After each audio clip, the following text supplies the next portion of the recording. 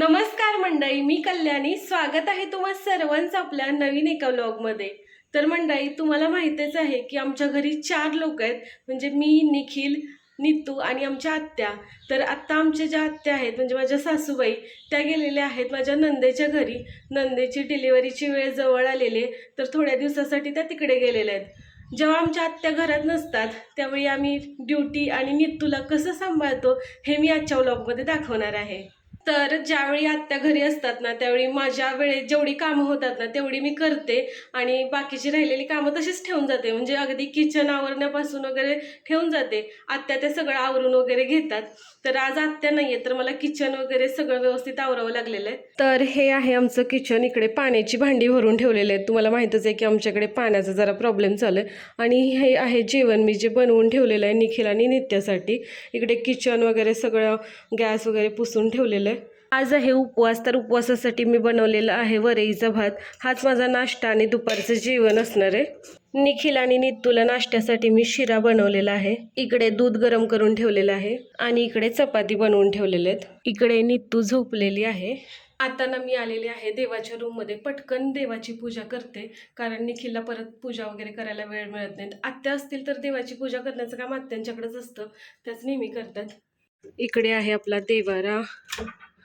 तर देवाची पूजा करून झालेली, दिवा अगरबत्ती लावलेला आहे देवाला. फुलं काही मिळाली नव्हती मला, तर आता परत आणूया फुलं आपण. मला ना रोज 8 वाजता ड्युटीला जायचं असते, पण कधी कधी जेव्हा मला उशीर होतो तेव्हा मी 8:30ला वगैरे जाते, म्हणजे 8:30च्या ड्युटीला. आता 8:15 वाजले तर मला निघायला पाहिजे.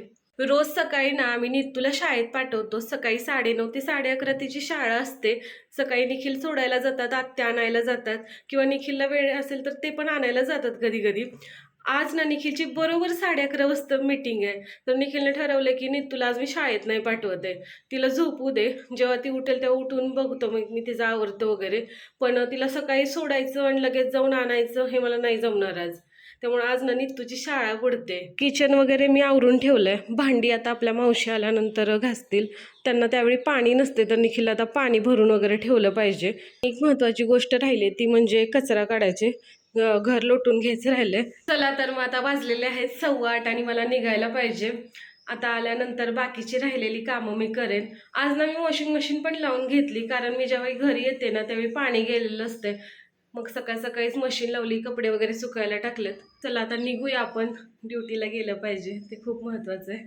हॉस्पिटलमध्ये ड्युटी करून मी घरी आलेले. घरी येऊन फ्रेश झाले. मी घरी आले तर नीतू वर जे एक आमच्या आहेत ना कुलकर्णी आजी, त्यांच्याकडे गेली होती खेळायला, तिथून आलेली आहे. तिला आता फ्रेश व्हायचंय. आणि का आणि नीतून आपल्याला सांगेल तिने सकाळपासून काय काय केलंय. काय काय केलं तू? मोबाईल बघितला आणि खेळली त्याला, परत दत्तो मध्ये आलंय बघितलं, परत मोबाईल बघितला, परत मोबाईल बघितलं, परत मोबाईल बघितलं.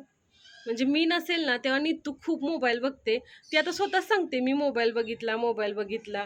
बाकी नाही काय केलं.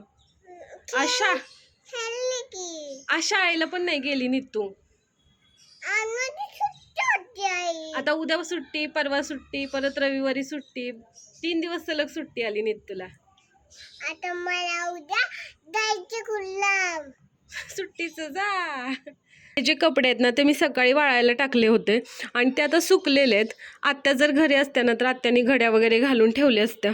आपल्या घरातील एखादी व्यक्ती जर घरात नसेल तर त्या व्यक्तीची कमी ना प्रत्येक क्षणाक्षणाला जाणवत असते. आमच्या बाबतीत तर ते खूपच आहे, कारण नीतू ना खूप जास्त आत्यांच्यावरती डिपेंड आहे. तिच्या बऱ्याचशा गोष्टी सगळ्या आत्याच करतात आणि त्यामुळे आत्या नसतील ना तर त्या आम्हाला म्हणजे जमतात, पण आमच्याकडे वेळच नसतोय, जास्त गडबड उठते.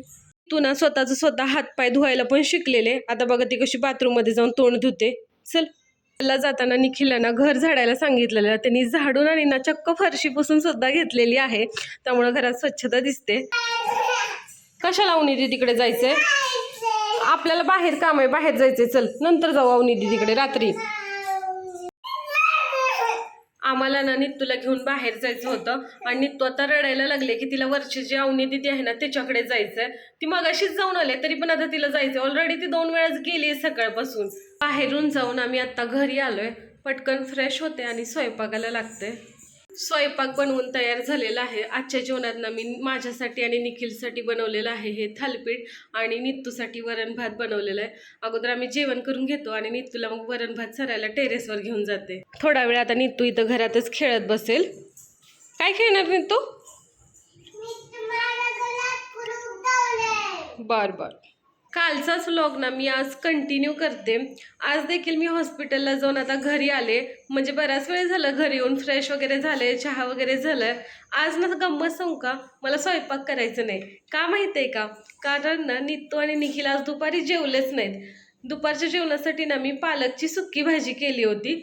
शक्यतो आम्ही करत नाही, पण आता रस्सा भाजी तर कधी करणार ना, संध्याकाळचीच करायला लागते आणि डब्याला काहीतरी पाहिजे होतं म्हणून मी सुक्की भाजी केली. तर ती भाजी निखिलला काही आवडली नाही, त्यांनी खाल्लीच नाही आणि नित्तू पण आज जेवली नाही. मग सकाळचं आता जेवण शिल्लक आहे, तेच आता आम्ही रात्री खाणार आहे. आणि आपल्या नित्तूला ना थोडी थोडी सर्दी झाली आहे. आत्ता कुठे जाऊन ना पावसाळा चालूच होतोय, तर लगेचच सर्दी झाली सीझन बदलल्यामुळे. काय करते तू?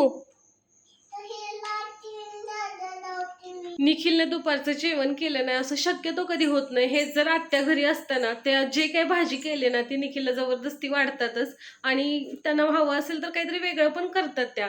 पण असं जेवण करायचं नाही असं कधी होत नाहीये. तर त्यामुळे आम्हाला आत्यांची ना खूप अशी जाणीव होते की त्या असायला पाहिजेत, त्या असायला पाहिजेत.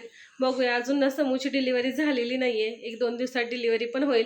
मग त्यानंतर समू इकडे येतील, आत्या पण येतीलच त्यांच्यासोबत. आणि सगळ्यात जास्त ना आमच्या नित्तूला आजीची आठवण येते. हो ना नित्तू? किती येते? खरं का?